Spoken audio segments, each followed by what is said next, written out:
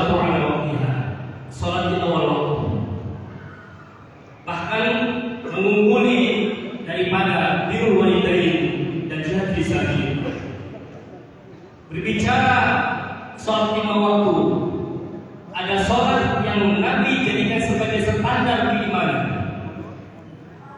Dan ini membedakan antara orang yang benar-benar beriman kepada Allah dan Rasulnya dan orang-orang munafik.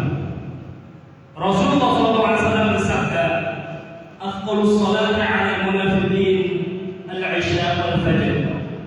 Walau ya'lamuna ma fihima la'atuhuma muhabban." Disebutkan bahwa salat yang paling berat dilakukan oleh orang-orang munafik adalah salat Isya dan salat subuh. Sekiranya mereka mengetahui apa yang terkandung di dalam dua salat tersebut, la'atuhuma walau habwan, pasti mereka akan mendatangi kedua salat tersebut walaupun dengan merangkak. Maka dari hadis ini jadi nasihat untuk kita semuanya agar kita mawas diri, berhati-hati jangan sampai kita jatuh pada sifat-sifat kenifakan, yaitu merasa malas, merasa berat melakukan sholat Isya dan sholat subuh. Terlebih sholat subuh, karena sholat ini sholat yang merupakan paling pendek rakaatnya dan berada di waktu yang sempit. Jika sholat yang lain tentang waktunya sampai ke sholat berikutnya, khusus sholat subuh tentang waktunya hanya sampai matahari terbit. Maka ini menjadi ujian dan standar keimanan bagi orang-orang beriman. Ma'asyar muslimin rahimakumullah, banyak sekali keutamaan daripada sholat subuh. Di antaranya yang pertama, mendapatkan pahala sholat semalam penuh. Nabi SAW bersabda, "Man shalla subha fi jama'atin, man shalla isya fi jama'atin, faka'annama qama nisfal lail. Wa man shalla subha fi jama'atin, faka'annama shalla al-laila kullah." Barang siapa yang sholat isya berjamaah, maka seakan-akan dia sholat setengah malam. Dan barang siapa yang sholat subuh berjamaah, maka sholatnya sholat semalam penuh. Keutamaan yang kedua adalah sebagai sumber cahaya di hari kiamat. Rasulullah SAW bersabda, "Basyiril masyai'ina fi dhulami ilal masajid bin nurin tam yaumil qiyamah." Berilah kabar gembira kepada orang-orang yang berjalan ke masjid di kegelapan malam, yaitu sholat Isya dan sholat subuh, bin nurin tam, dengan cahaya yang sempurna di hari kiamat. Yang ketiga, mendapatkan jaminan masuk dalam surga Allah Subhanahu wa taala. Nabi bersabda, "Man shalla al-fardain dakhala al-jannah." Barang siapa yang salat al-fardain, maka dia akan masuk ke dalam surga. Dalam kitab Fathul Bari disebutkan bahwa yang masuk dalam al-fardain adalah dua salat, yaitu asar dan subuh. Lagi-lagi disebutkan di situ salat subuh. Maka orang yang melaksanakan salat subuh akan mendapatkan jaminan masuk surga Allah Subhanahu wa taala. Yang keempat, mendapatkan keutamaan melihat Allah Subhanahu wa taala di surga. Disebutkan dalam kitab Bukhari bahwa Abdullah bin Jarir berkata, suatu ketika kami duduk bersama Rasulullah SAW, dan ketika itu melihat bulan purnama. Maka Nabi berkata, "Sungguh kalian akan melihat Rabb kalian sebagaimana kalian melihat bulan purnama yang tidak ada penghalang darinya." Dan Nabi melanjutkan, "Fa in istata'tum an la taghlibu 'ala salatin qabla tulu'i syams wa qabla ghurubiha faf'al," yakni al-'asr wal fajr. Maka Nabi melanjutkan, maka jika kalian mampu untuk tidak terkalahkan melaksanakan sholat sebelum matahari terbit ataupun sebelum matahari terbenam, yaitu sholat asar dan subuh, maka lakukanlah. Maka jika ini kita istiqomah di dalamnya, maka kelak kita mendapatkan kemuliaan melihat Allah Subhanahu wa taala di surganya Allah Subhanahu wa taala. Keutamaan berikutnya adalah salat sunnah waktu subuh, salat sunnah fajar lebih baik daripada dunia dan seisinya.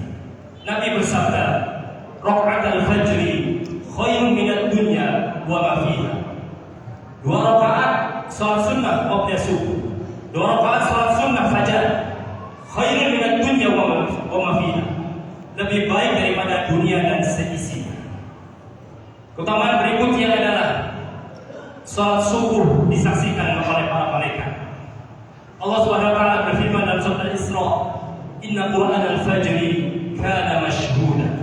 Sesungguhnya bacaan Quran di dalam salat subuh itu disaksikan oleh para malaikat. Keutamaan berikutnya adalah orang melaksanakan salat subuh berada di dalam perlindungan Allah Subhanahu wa taala. Nabi bersabda, "Man shalat subuh fa huwa fi dhimmatillah." Barang siapa yang salat subuh, maka dia berada di dalam perlindungan jaminan Allah Subhanahu wa taala. Dan keutamaan berikutnya adalah orang melaksanakan salat subuh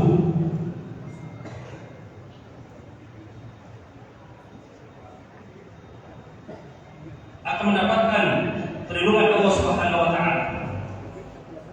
Hadirin jamaah sekalian, pernah suatu ketika tokoh Yahudi mengatakan, "Kami tidak takut kepada umat Islam kecuali satu hal, yaitu apabila jumlah jamaah sholat subuhnya menyamai jamaah sholat Jumat." Karena jamaah kaum muslimin di masjid-masjid di musola belum menyamai seperti jamaah sholat Jumat, maka orang Yahudi berani menindas kaum muslimin, khususnya saudara kita yang ada di Palestina. Maka apabila kita ingin bangkit, umat Islam ingin bangkit, kita mesti memperbaiki keimanan kita.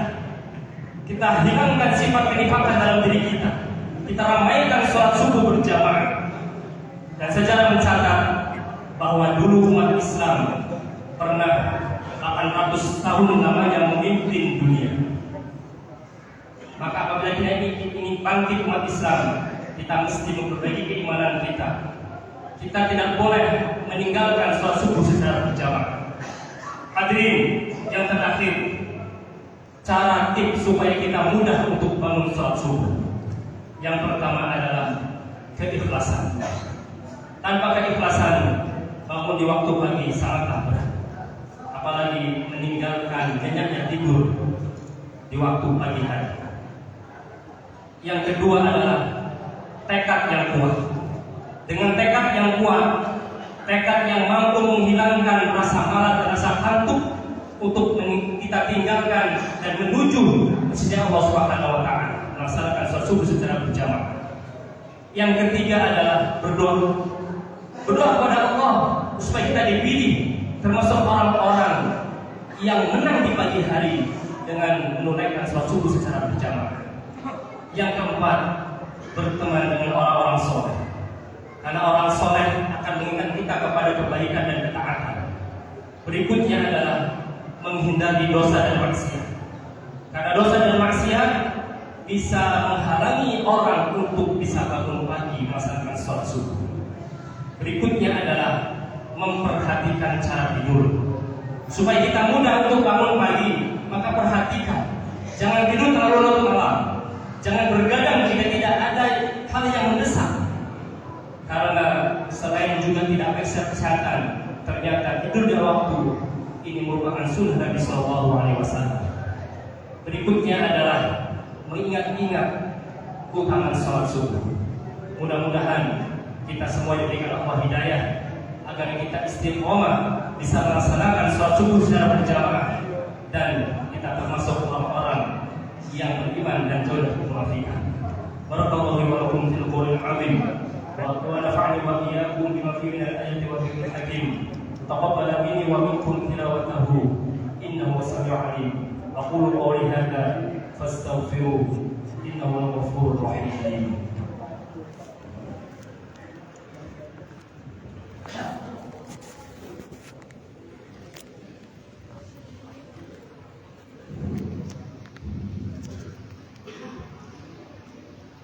Alhamdulillah. Alhamdulillah hamdan katsiran kama